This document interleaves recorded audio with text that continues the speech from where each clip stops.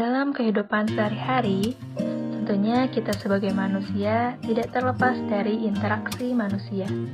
Bagaimana interaksi antara individu A dengan B, atau interaksi antara kelompok C dengan kelompok D. Dari proses interaksi itu, individu dapat memperoleh sebuah informasi yang kemudian akan diproses dalam sistem berpikirnya. Tak jarang, kita akan menarik sebuah kesimpulan atau penilaian mengenai individu atau kelompok tertentu berdasarkan informasi yang kita peroleh sebelumnya. Temanku ini orangnya pemarah. Lihat saja saat ia berbicara. Ia berbicara dengan suara yang tinggi. Apakah kesimpulan yang dibuat sesuai dengan faktanya? Atau hanya sebuah prasangka? Prasangka? Apa sih prasangka itu? Kenapa sih bisa muncul hal tersebut? Sebelum kita membahas sampai ke sana, kita simak video berikut ini.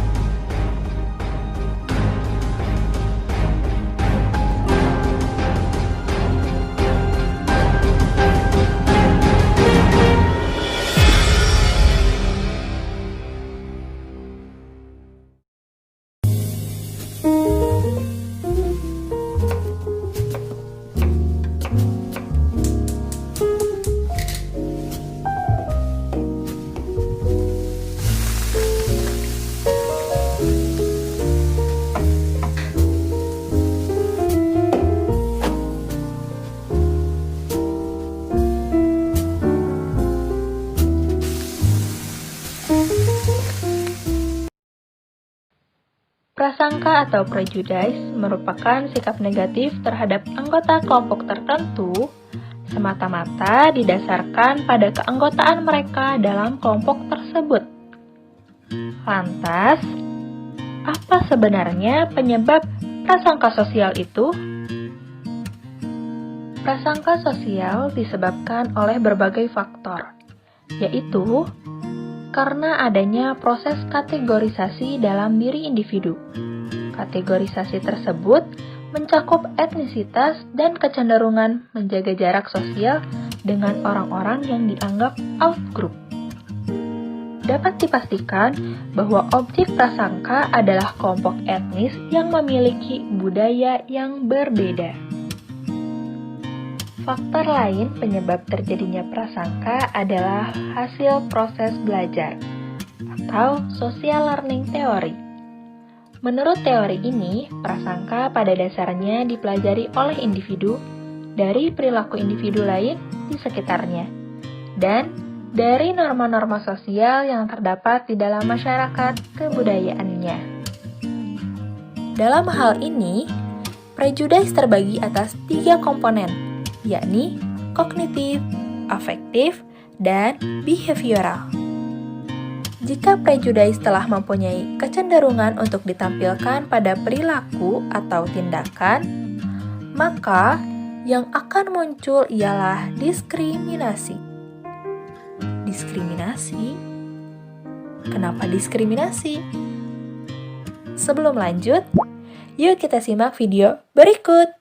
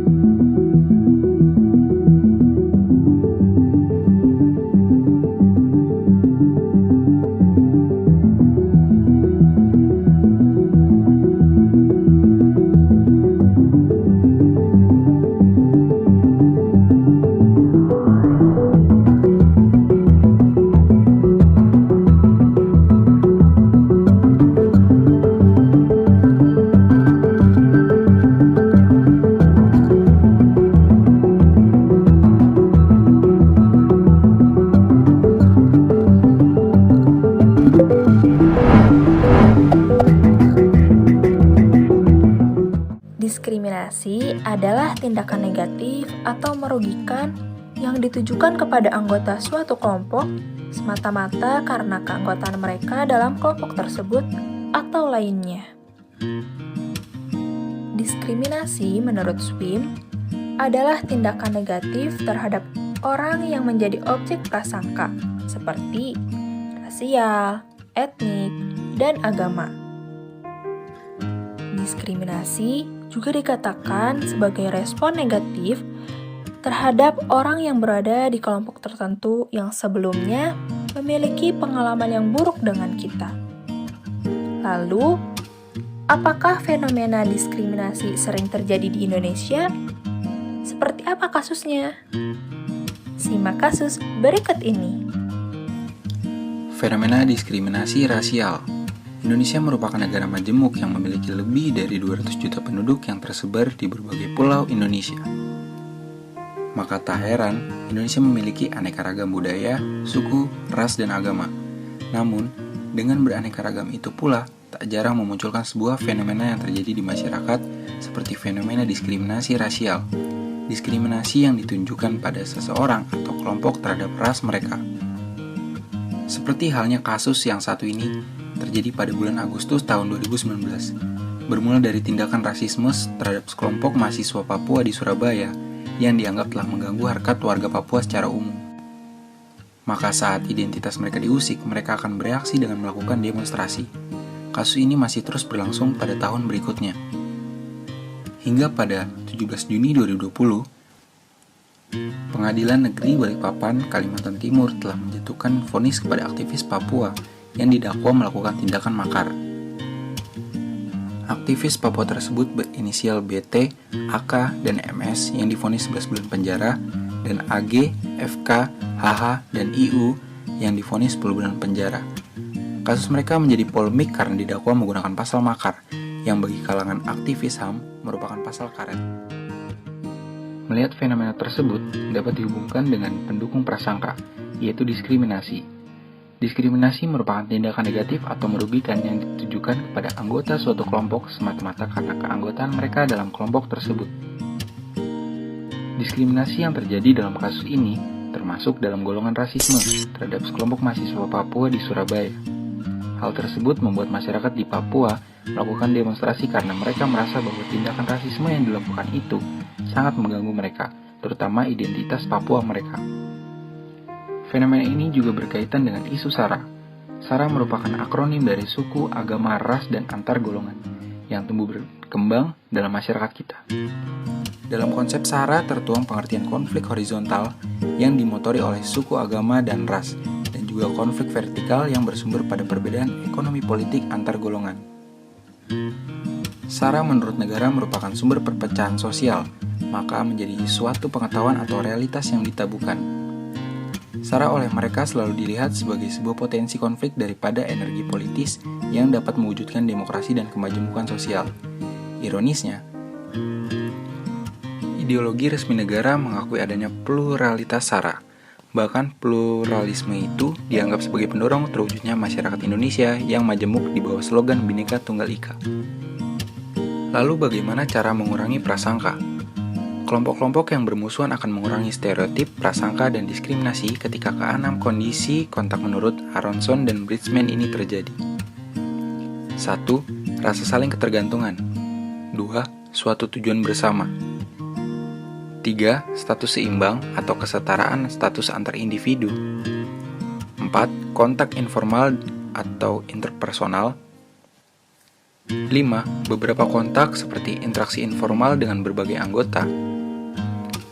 Serta yang terakhir adalah norma sosial dan kesetaraan.